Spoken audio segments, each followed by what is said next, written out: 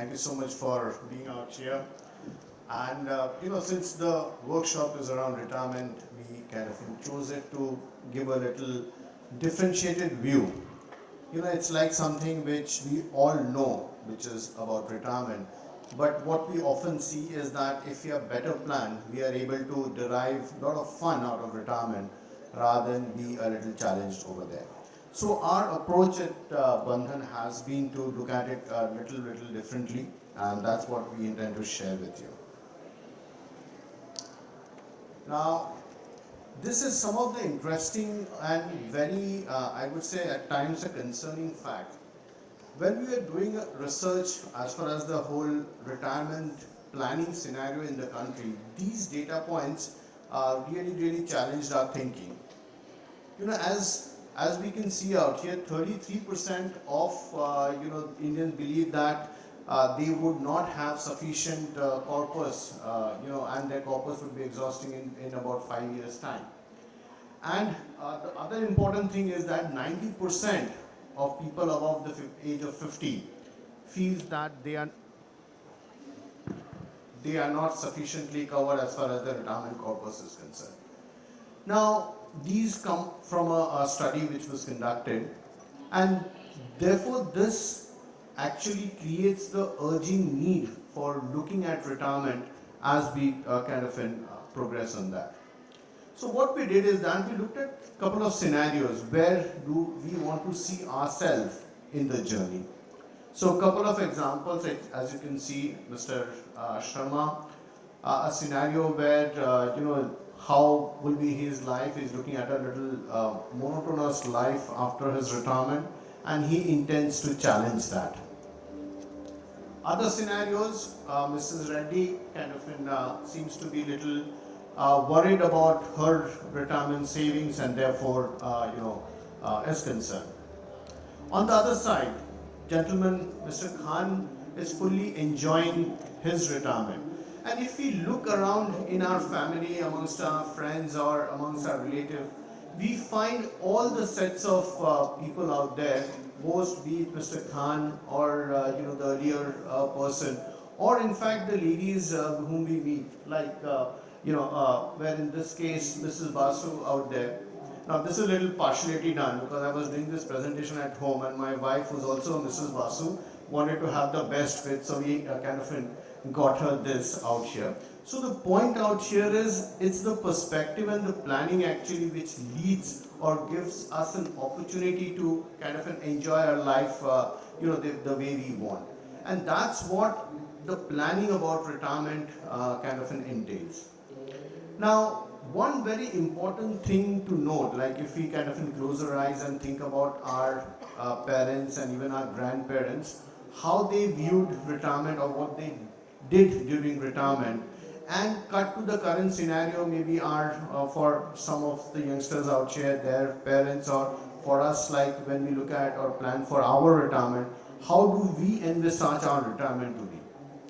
Now, if you see out here, these were the general, I would say, scenarios during the previous generations from a retirement standpoint, where essentially it used to be a simple, quiet life, a lot of spiritual inclination, and therefore, and on the other side, looking at family to support, right?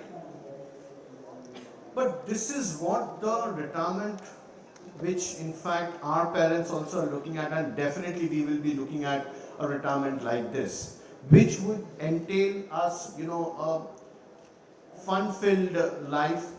In fact, as we say, we grow old and actually we become like toddlers and child. And I'll give you an example. So I deal with my 82-year-old father. The way he needs to be treated reminds me of my daughter when she was around 5-6 years old. And whatever they want that, I would say definitely the attention, the engagement, the fun in life, and beyond that, all of these activities. Now today, I'm sure you would have in your family, I have quite a few uncles of mine and aunts of mine who have a life which is far more active than what we have, let's say, socially. And it's not only the engagement they keep, that's what keeps them going, and that's what keeps them buzzing as well. Now, therefore, what is the difference in how we can actually entail to do that? Also, what are the challenges which actually impact or plague us at this point in time and kind of tries to derail our whole view of living a life as far as post-retirement is concerned? Few of the data points again which we don't want to probably take note of, but as practical and hard things are actually quite true, is that the life expectancy is increasing with every passing day due to better medical facilities and better medication which has come in. This is an example out here, a data point out here, which says that keeping the retirement age at 60 years, right? Earlier in 2000, in the 2000s, the life expectancy was a lot lower. So net one had to plan for about 5 or 10 years of retirement. This is the national average. But where we stand currently and when we look at about the next 10, 20 years, actually we have to plan for over 20 years. Now this is a pan-country average. Now if we look at urban areas, the life expectancy is even higher because of two things. One, availability of maybe relatively better medical facility and also the financial position to fund that. Taking both into account, this is a kind of a real, I would say, issue which we need to handle. Earlier, we were earning for, let's say, 30, 40 years and actually had 5 to 10 years to kind of take care of post our retirement. But now it's about 20 to 25 years. So therefore, the kind of corpus which one would need needs to be higher to take care of this. The second is a usual arithmetic of how, in these two examples, a liter of milk and a kg of apple, which used to cost about 10 years back, to where it is currently. Like as we can see, 10 years back, a liter of milk used to cost 24 rupees. Currently around 65, 70, and going forward, we can see the numbers over there. So, thus far we've dealt with two issues. One, I'm living longer, so therefore I have to sustain myself. Second is that for living, the things I need to buy, and these are all necessities, right? These are not my movie ticket which, I don't want to go to the movie hall, or rather I would avoid going to a movie hall and watch TV at home. That is a discretionary spending. An apple and a milk are not discretionary spendings. I have to spend on them, and therefore I need to guard on that. Second is the increasing cost of medicine. Yes, the advancement in healthcare is making me live longer, but at a cost. So therefore I have to provision for that cost to ensure that I am able to not only survive but live. And that is one of the reasons we need to look at a corpus and evaluate the corpus which we need to kind of inspect. And also, the sooner we realize and work towards that, the more beneficial the compounding effect can be for us. If you see out here, if one begins early, with a smaller corpus, they can derive a larger accumulated amount of wealth, right? And as we progress, as we delay, as we procrastinate this, the corpus required would be much higher and greater, and therefore this is again a point which we need to be completely aware of. So how does one intend to overcome these challenges? So what are the challenges if we go through? So one is that I'm going to live longer. So my savings needs to earn that much more also to help me sustain and survive. It's not only the capital formation or the corpus which I have. How is the corpus yielding for me? How is the corpus growing for me? And also being completely aware and cognizant of the fact that it should be in tune with my risk appetite. No investment is worth if it takes one's night's sleep. So I should be able to sleep well, and my investment should ensure that I am at peace.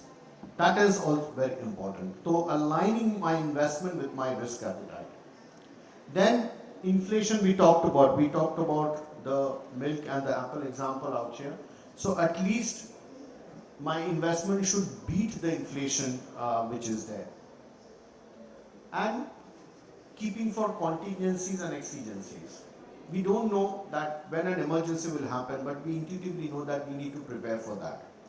These are the things which we need to plan for to ensure that we are kind of able to take care of few of those planned activities and also some contingencies which may come in our way.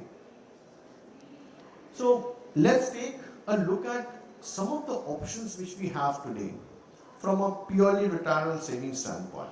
Now what we have not taken out here are the more exhaustive or exotic ones. There are quite a few exotic options available, but we have taken this investment keeping in mind that, let's say somebody is in the 40s or 50s, planning for a retirement with the core objective that post-retirement they want to have a income flow at a regular interval coming in. Now let's take a little time to go through it. So first is the Senior Citizens Savings Scheme, which is a government initiated scheme, right? Which gives a relatively higher, I would say, interest onto it, but has a capping. So there is a maximum cap which is there, and therefore one has to be, and a duration. So we can invest for 5 years and then extend it for 3 years. What about after 8 years? So therefore you have to look elsewhere for that. Similarly, traditional deposit, be it fixed deposit in banks, be it fixed deposit in corporates, in both the cases that's the most traditional way of investing which one tends to have. The post office monthly income scheme. However, if you go back in time 10-15 years, this used to be a rock star of a product, right? We would see our parents and some of us in our early times would do postal investment, the Indira Vikas Patra and so on and so forth. However, that has kind of gone down in interest from investors, but still that's a good option which is available. Then we have the various annuity plans which are there in the insurance. You have the pension plans from there. We have other pension options which is there. And the last one out here, as we say, is mutual fund. Now the point out here is when I compare across all these points of monthly cash flow, we talk about investment limit, we talk about flexibility. See, it's very important that you have access to your money. There are certain things which kind of may give you better return, but if you don't have access, means when you want that money should be at your disposal, right? Whatever may be the scenario. So that flexibility is very important, right? You may not use it, but that feature should make you, or rather gives a lot of people a comfort that, okay, it's my money over there which is being invested, that is earning a return for me, but whenever I want, in 3 days time, 4 days time, I can get that money. So that flexibility is very important. These investments in mutual funds are generally tenure agnostic. So you can invest in them for any long period you want or short period you want. You can invest for 1 day and you can invest for 1 generation. Both are available through mutual fund out there. So if you look at, when we compare of most of the products out here, while none of the product categories that you have seen have all green, but the one which is closest is the mutual fund. But yes, there is a, I would say, gap. Mutual funds don't guarantee returns, which is why the last one, if you look at, it's red, because they offer market linked return. There are options which can guarantee a return, but they will have some other cons out here, as we can all see out here. So therefore, from a retirement planning standpoint, these 5 products are very relevant. No one product, as all of us are aware of, may fulfill the complete need. We have to look at allocating into different parts. You may want to look at the senior citizen investment, which is quite good to the extent of your 15 lakhs. Then you look at, the question is what next? and accordingly you can kind of deploy your money. But if you compare all of that, we feel that a mutual fund with its investment options into equities, fixed income, hybrids offers you a plethora of risk and return adjusted opportunities for you to choose from, right? I come from a mutual fund company, I may be biased, right? But even for us, like individually, right, we look at this as a form of investment. But for some person who's retiring right now, I would still say the senior citizen saving to the extent of 15 lakhs is a good option, is a stable option. Alongside that, look at probably a mutual fund and assortment of that. Again, at times there is a myth that mutual fund is all equity. It's synonymous to equity and risk. It's not the case. A mutual fund has equal number of options in fixed income. So you can have a kind of a target maturity product. Pardon me for the jargon, but it is nothing but a traditional deposit which we have. What we do, we take a bank deposit or a corporate deposit, right, for 5 year, 10 years, with the expectation that in that case there is a guaranteed return and a fixed period for maturity. In a target maturity fund, what happens is, while you don't have a guaranteed return, you have an indicative return because you're locking your money for a period. The tenure is fixed over there. It is open-ended, means you have full access to your money. It is liquid for you. So what I'm trying to get to is that through a mutual fund products out there, there are ample opportunities and options available which for the same risk, same objective, like if I'm investing into a fixed deposit, my objective is safety, liquidity and return, right? That is available. And if I want to have some bit of equity exposure, plethora of opportunities. If I'm somewhere in between, for example, I want to have a return which is higher than debt, means some bit of equity, but I'm not game for the volatility of equity. There are hybrid options which are there. And last but definitely not the least, there is a specific category called retirement fund, which actually can be a dedicated fund for you to invest your retirement corpus. And therein you can have a structure. We will discuss about an open-ended structure out here. So it's important to note the whole plethora of funds which is there. But as we said, there is no single or clear winner, but mutual fund for all these 5 highlighted reasons, which is that it can offer a lot of variability. Therefore, you can have a product which fits your requirement aptly. See, all of us are out here, but it may be quite certain that most of us may have little different requirement for an investment, be it the risk appetite to the return requirement. So a fund can offer you all of that through, and also in most of the cases, you can plan your taxes better. So your incidence of taxation out here can be well within your control. However, we are no tax expert, but you may consult your tax advisor to see or know how you can do that. So definitely, various forms of the fund can offer you, the option to look at, mutual fund. Now we have spoken about mutual fund a lot. Now, how many of you are aware of SIP?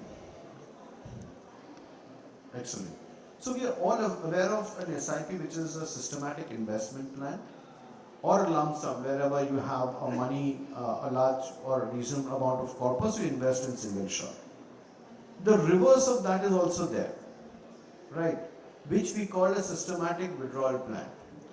Now, it is actually a very efficient avenue to create an annuity. What do we do in life when we are looking at it? First, during our working period, we keep investing, right? when you are very young, maybe 20 to 40, we start with small amount of SIPs out here because generally our earnings are lower, our expectations from life is higher, so therefore our savings is also lower. So we start small. We keep accumulating that, and as and when we get some lump sum, we keep investing. So that is our period of accumulation. 40 to 60 is a period where the investment corpus generally becomes higher because one is reasonably established or well placed in life. The savings amount is higher and therefore the investment amount is higher. Then we start doing larger value of SIP and or lump sum as well. So our corpus actually increases big time over there, right? This is where we accumulate the wealth, right? Cut to age of 60 down is where we retire. We may want to have an option where my hard-earned money over this period of time, which you have invested judiciously and has grown, how do I start getting a cash flow from that to meet my expenses, regular expenses, or even my requirement in life as well? That's when the facility of systematic withdrawal plan comes in. Now this one can be, pre-planned, that it will come in a monthly manner, like you have any of the annuity, your pension coming in with a fixed amount. It can be, created in that manner and fashion where you get that.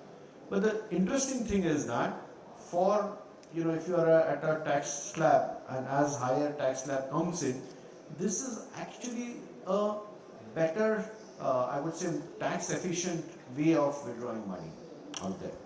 So that's what makes this. This is kind of in the definition of systematic withdrawal plan which we just discussed. Now, how does it fit the bill?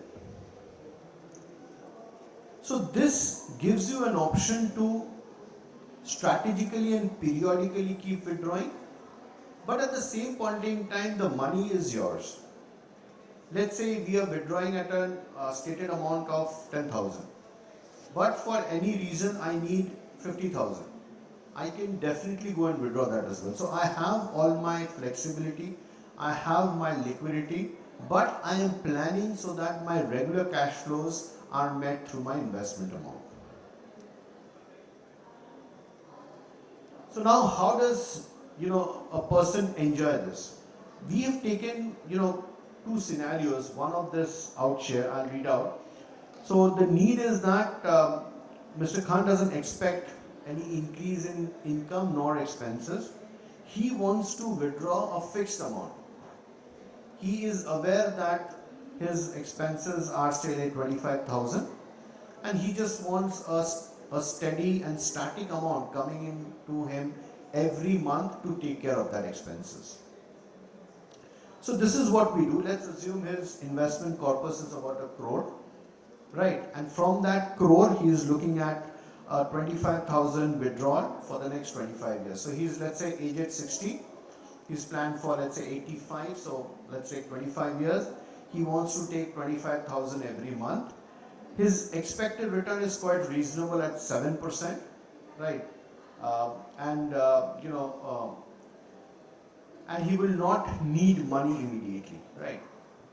So if we look at on the right hand side, we have given an example of up to, let's say, 15 months. Every month he's kind of withdrawing 25,000 rupees. His corpus, what is his corpus? 1 crore. Excellent. And that is growing at what percent? What is the growth? Excellent, 7%. So the corpus is growing at 7%. And I'm withdrawing every month by 25,000 rupees every month. Now what happens after 25 years, which is the 25th year final month? Every year he would withdraw 25,000 rupees. And even after that, he is left with how much? Excellent, 3 crore 66 lakhs. Now guess what? What are the options available? Sometime down the line, he can withdraw some money for some, some expenses which he wants to do. Let's take an example of he wants to do a overseas travel, right? And holiday which he every time thought during his working life, but couldn't go for various reasons. Now he can probably do that. Any hobby he wants to pursue. In fact, there are many things which happen. Just to give one example, one of our, like my brother, he teaches piano. He is a fellow of the Trinity School of Music. He teaches piano. So he has quite a few of his students who are 60, 65 and 70-year-old. So people who wanted to play the piano, but during their working life due to lack of money, time, or how they will fit things, couldn't pursue it, are now currently pursuing. So there is no one exception. There are so many others. There are so many people who have started to learn painting, and so on and so forth. All of these activities cost money, right? How do you fund that? These are the ways where you take out that money. This 3 crore 66 lakhs which is there with Mr. Khan, he can withdraw this during the tenure over and beyond that 25,000 and can deploy it for his any other hobby he wants to pursue. As I said, I have to leave the best for Mrs. Basu, otherwise the presentation was not getting approved at home.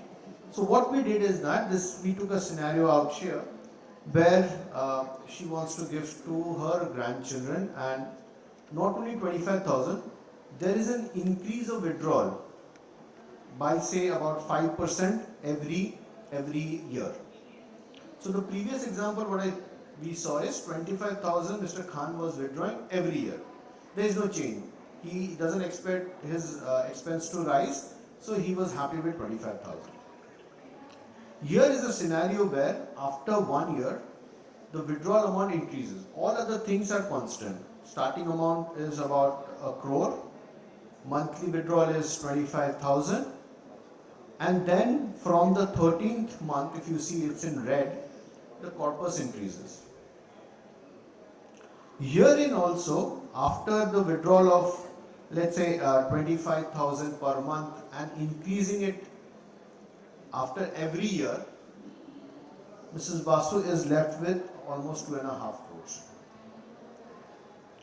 So this is the gross. In fact, from a tax standpoint also, it would be quite reasonable, quite beneficial, because SWP withdrawal has a part in capital and as a part in capital gain. You are taxed only at the capital gain part of it. Therefore, your tax liability or incidence of taxation is relatively low. Right? Let's assume I have this money and I put in a 7% bank deposit. Every year you will get what? 7 lakhs. On that you will be taxed. Even better, you will be first have to pay a TDS of 10%, then you get back the money on which you have to file and so on and so forth. Herein, because of the withdrawal nature and first of all, if you have it in some form of equity, it is capital gains in equity, so therefore that is lower in taxation. Second is that these withdrawals would be part capital, part interest, so therefore your net incidence or liability of tax would be much, much lower. Again, don't take my word. You go and speak to your tax advisor, because they would be better understanding your situation, will be able to guide you. But ballpark, the law of the land suggests that this is a better position out there. So herein, after those increased amount of withdrawal is where we have this amount.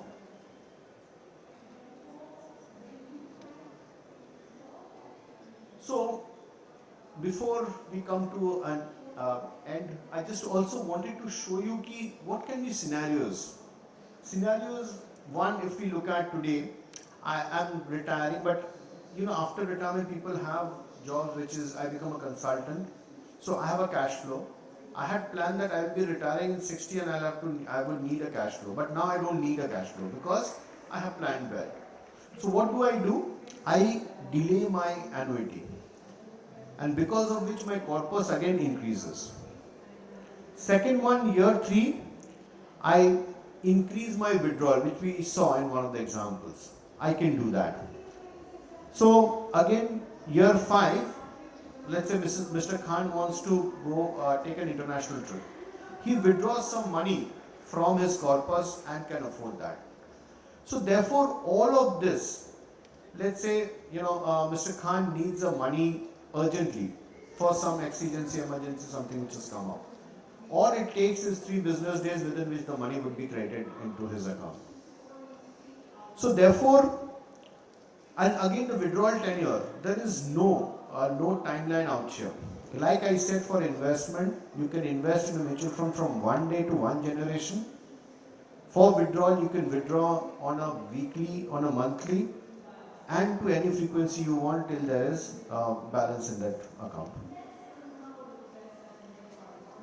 So therefore, through a mix of lump sum and SIP of accumulation to a systematic withdrawal plan for the annuity, combining these two, one can have a very, very strong and good retirement plan for themselves. And that's why we call it that, it's not retire nahi, rewire ho jao. So through this, a better planning and your investment, you can rewire yourself. So I'll pause out here and, I thank you for your patient listening. Any quick question? This is showing my time is up, so if in case I can take a question. So if there are any questions, we can kind of take that. Yes, sir.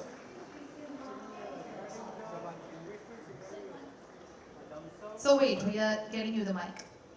Regarding the investment scenario, how we can plan for lump sum, SIP, STP and SWP? Maybe after age of 40-45. So let's start. Obviously, I would say the very important fundamental point is the earliest you can start. The best time today to start is yesterday. It's that part. So at the earliest we can do that. SIP would be a steady state, and I give you an example. If you have a salary, right, it is your income, let's say, minus the savings you want to make, then the balance is your expense, right? Not, mostly we say income minus expense is equal to savings, but if you want a proper saving for your later part of your life, it is income minus savings is equal to expenses. Now that savings becomes your monthly. Let's assume you are earning about, let's say, 3 lakhs a month net on hand. Of that, you are able to save, let's say, 1 lakh, 1.5 lakhs per month. That is your steady state SIP which goes. Now what happens is that you kept 2 lakh a month for your expenses, right? But your expenses are less, let's say 1 lakh 50,000. This 50,000 in 3 months time, you again invest as a lump sum. Are you with me? You know that minimum इतना तो मैं save कर ही लूँगा, उसका आप SIP कर दिए, जो कि periodically आपके हाथ में कैश रहता है, वो आप फिर से and as a lump sum you keep investing. Then you get a, let's say, bonus, right? Or if you are in business, there is a big deal which happens. You suddenly get cash, you park, you invest.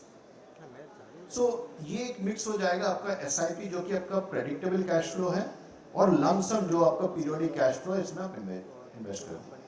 Now when you are earning, essentially you will not need to fall back on your saving for your expenses, right? तो ये जो savings है उसको हम we should not touch it. इसमें क्या होता है ना, कभी कभी discipline का दरकार हो जाता है. For example, you buying a car, you had budgeted for a 20 lakh car, but you go and you like a car which is 25 lakhs or 30 lakhs. अभी क्या करें? The nearest thing is a mutual fund, because उसमें तो एक दिन में 2 दिन में पैसा मिल जाएगा, तो हमने redeem कर दिया, वो पैसा लेके हमने गाड़ी खरीद ली, right? But in certain investments, like let's say insurance, where redeeming, even if you have an annuity plan, is cumbersome, inefficient tax-wise, and there's a penalty. आप उसमें हाथ नहीं डालोगे. पर यहाँ पे भी आपको थोड़ा restraint रखना होगा कि हम सोचते हैं कि क्या कर सकते हैं. There are options like you can take a loan for your immediate requirement. But if you keep that money, the compounding effect will give you tremendous benefit. तो ये आपका lump sum और इसका हो गया. Let's say 60-65, when you need that money, तब आप एक SIP कर दीजिए. So it is SWP, systematic withdrawal plan. So हम अभी तक क्या बात की है, SIP और लमसम जो इन्वेस्टमेंट के लिए आपने वेल्थ एक्यूमुलेट किए हैं. उसके बाद जब आपको वहाँ से वेल्थ चाहिए होगा तब आप SWP कीजिए, जहाँ से आपको you will get an annuity amount. The only other term which we didn't discuss is STP, which is systematic transfer plan. Actually वो is part of SIP and lump sum, because STP में क्या होता है कि आप एक fund से strategically दूसरे फंड में निवेश करते हैं.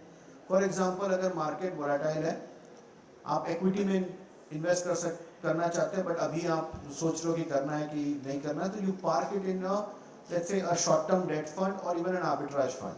फिर वहां से आप एक STP करते हैं इक्विटी फंड में over a period of let's say 3 महीना 6 महीना.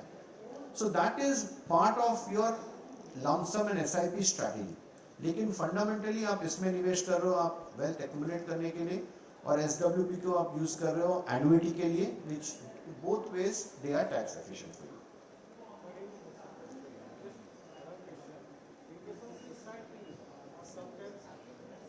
SIP or sometimes STP.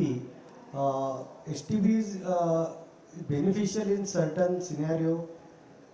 So SIP is आपका रेगुलर, उसमें कोई नेगोशिएशन नहीं होता है. मींस मार्केट जैसे आज market is down by on an average 1.5-2% across the indices. So इसमें आप अगर SIP आपको देना है तो वो देना है, अभी रोकना नहीं है कि चलो मार्केट टूटा है, मार्केट गिरा है तो मैं थोड़ा अभी पॉज करूँ, वो नहीं करने का. SIP चलता रहेगा. STP आप कहाँ कर सकते हो, अभी आपके हाथ में लेट्स से कॉर्पस है, आप देख लो मार्केट थोड़ा वीक लग रहा है या फिर आप कंफर्टेबल नहीं हो, ऑल टाइम हाई के ऊपर चल रहा है, तो आप क्या कर सकते हैं कि उसको जो लमसम अमाउंट मान लेते हैं वो 100 रुपया है, उसको आप 3 या 4 किस्तों में बांट दीजिए.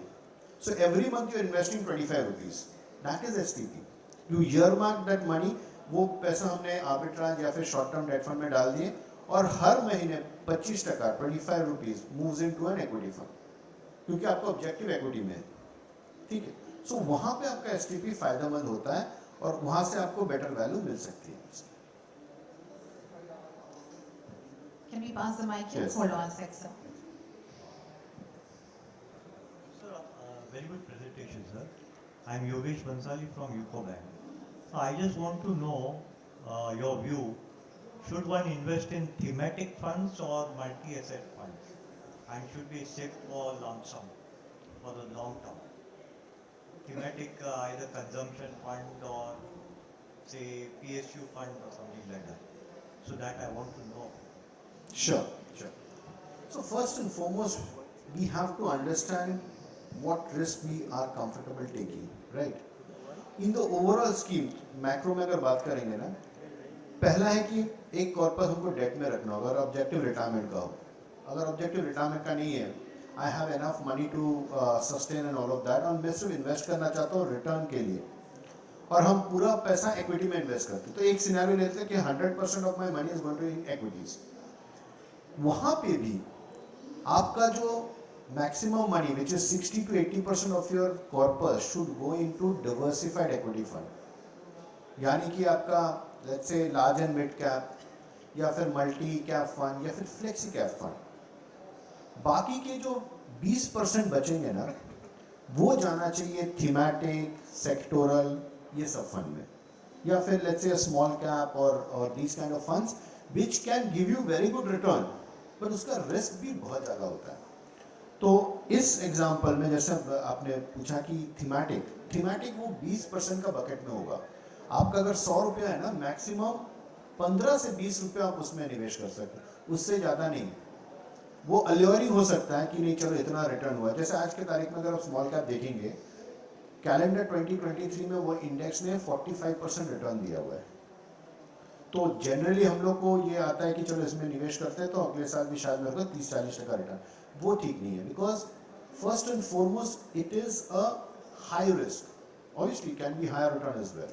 तो इसमें अगर मेरे को एलोकेशन करना है थीमेटिक में या फिर स्मॉल कैप में इस तरीके में, तो मैं सिर्फ 15 से 20% मैक्सिमम निवेश करूंगा सब मिला के. द बैलेंस अमाउंट 80 रुपीज और 80% is to be invested into more diversified equity fund. Again, to answer your question, I would in that case suggest to allocate that money into multi-asset, because that diversifies asset classes within a piece. For example, in multi asset में क्या होता है, जैसे हम सब जानते हैं उसमें इक्विटी रहते हैं, डेट रहता है, कमोडिटीज़ रहता है, इंटरनेशनल भी रहता है. इस वजह से वो वेल डिवर्सिफाइड होता है. हमने कुछ स्टडी किया है जिसमें पिछले 12 साल में there was no one asset class which was the best performer for 2 consecutive years. हम सोचते हैं equity. Yes, equity in a longer period of time has given good return. But 2 consecutive years, none. And guess which asset class has had the maximum number of, or was the maximum time the outperformer?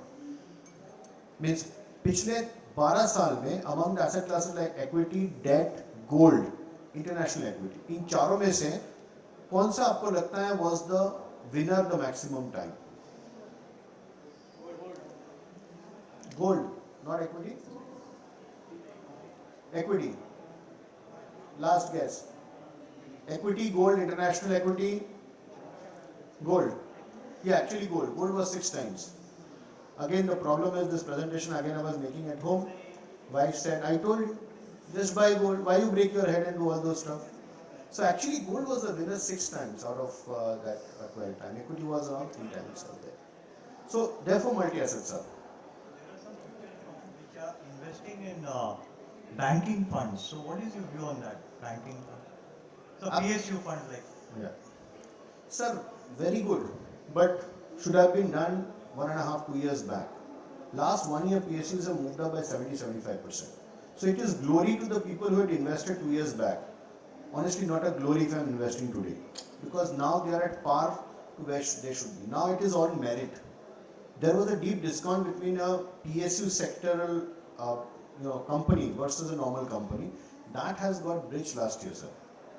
So therefore, right now, I would not recommend. Or just say I run a banking PSU fund. We have a banking fund in equity. We have quite a few thematic funds. But honestly, from an allocation standpoint, 15%. उससे ज़्यादा नहीं होगा.